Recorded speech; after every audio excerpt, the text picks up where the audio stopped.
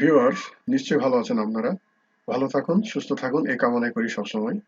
আজকে যে বিষয়টি নিয়ে আলোচনা করব সেটা হলো আমাদের গুগল অ্যাড অ্যাকাউন্টে আমরা কিভাবে পেমেন্ট মেথড অ্যাড করতে পারি। সেটা আমরা ভালোভাবে দেখব এবং পেমেন্ট মেথডে যে সমস্ত ক্রেডিট কার্ড, ডেবিট কার্ড লাগে সেগুলো আমরা কিভাবে dual currency debit card, credit card পেতে পারি সে বিষয়েও আমি পরামর্শমূলক আলোচনা করব। আশা করি আপনারা বেনিফিটেড হবেন। ভিডিওটি প্রথম থেকে শেষ পর্যন্ত দেখুন। তাহলে চলুন স্ক্রিনে যাই। প্রথমে আপনারা আপনাদের গুগল অ্যাড অ্যাকাউন্টে আসতে হবে। সেটা হলো এই যে গুগল অ্যাড অ্যাকাউন্ট দিয়ে আপনারা অ্যাকাউন্ট সাইন আপ করবেন। অ্যাকাউন্ট খুলে তারপরে সাইন ইন করবেন। আমার অ্যাকাউন্ট আছে, আমি সাইন ইন করছি।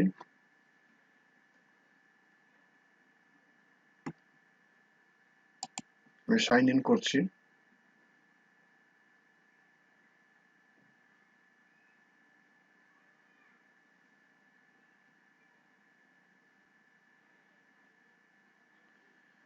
গুগল অ্যাড অ্যাকাউন্টে আসার পরে আপনারা যে পেজে এখন আমি আছি এই পেজে আসার পরে আপনারা জাস্ট এই যে এখানে টুল অ্যান্ড সেটিং এখানে ক্লিক করবেন।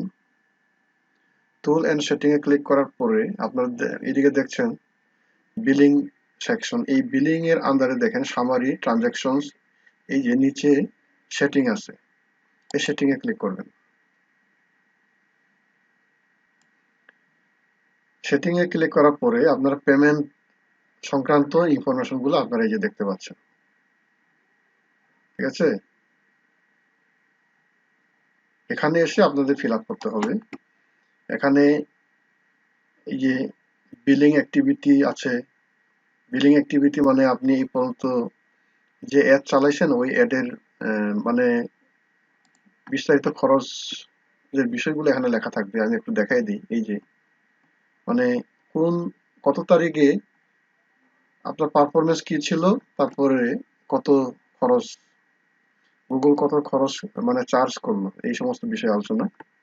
তারপরে ডকুমেন্ট, এটা কোনো বিষয় না। প্রমোশন আছে, প্রমোশনটা দেখুন। এটা কিন্তু বিলিং এন্ড পেমেন্টের অপশন গুলো। তারপরে এই যে পেমেন্ট মেথড,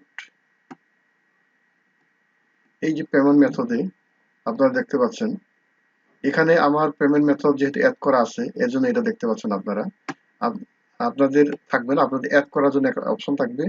আমার যেমন এখানে আমি যদি এডিট দেই আমি আবার নতুন লাগাতে পারবো, নতুন একটা অ্যাড করতে পারবো। এই যে এখানে আমি নতুন অ্যাড করতে পারবো। আপনাদের নাম্বার দিতে হবে, এখানে ক্রেডিট কার্ডের নাম্বার অথবা ডেবিট কার্ডের নাম্বার দিতে হবে। তারপর এখানে দিতে হবে হলো প্রথম হলো মাস, তারপর হলো এক্সপায়ার ডেট, তারপরে সিবিসি অর্থাৎ এটা একটা গোপন নাম্বার, কার্ডের গোপন নাম্বার, যেটা না দিলে আপনার গুগল বলেন, ফেসবুক বলেন, কেউই আপনাকে অ্যাকসেপ্ট করবে না। কারণ এটার মাধ্যমে তারা প্রুভ করে যে আপনার অ্যাড, আপনার পেমেন্ট মেথড মানে ক্লিয়ার আছে কিনা তারা প্রুভ করতে চায়।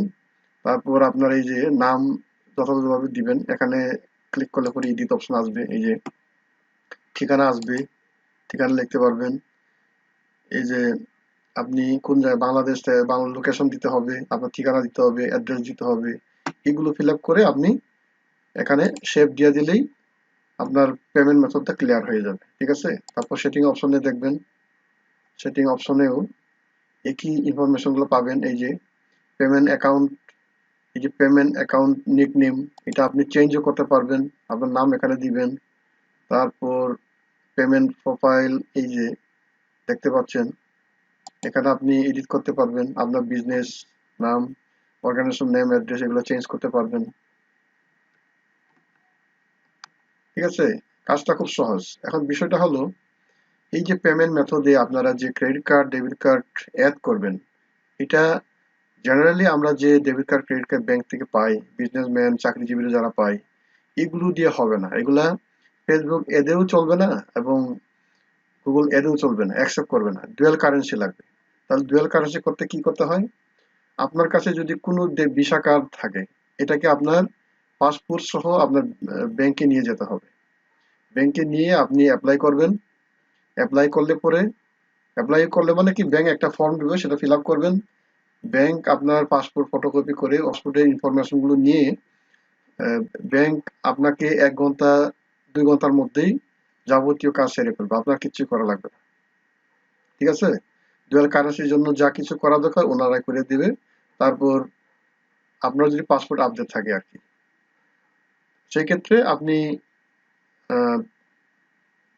1 থেকে 2 দিনের মধ্যেই আপনার কার্ডটি অ্যাক্টিভ হয়ে যাবে, ডুয়াল কারেন্সির জন্য অ্যাক্টিভ হয়ে যাবে। আপনি অ্যাড অ্যাকাউন্টে, যে কোনো অ্যাড অ্যাকাউন্টে, ইন্টারন্যাশনাল অ্যাড অ্যাকাউন্টে আপনি এটাকে সেট আপ করতে পারবেন, অ্যাড করতে পারবেন। আর এখন আরেকটা বিষয় হলো, যাদের ক্রেডিট কার্ড নেই তারা কিভাবে পাবেন, তাদের উপায় কি, তাদের বিকল্প কোনো পদ্ধতি আছে কিনা। তাদের ক্ষেত্রে হলো একুয়া কার্ড নামে একটা কার্ড আছে ইবিএল ব্যাংকে।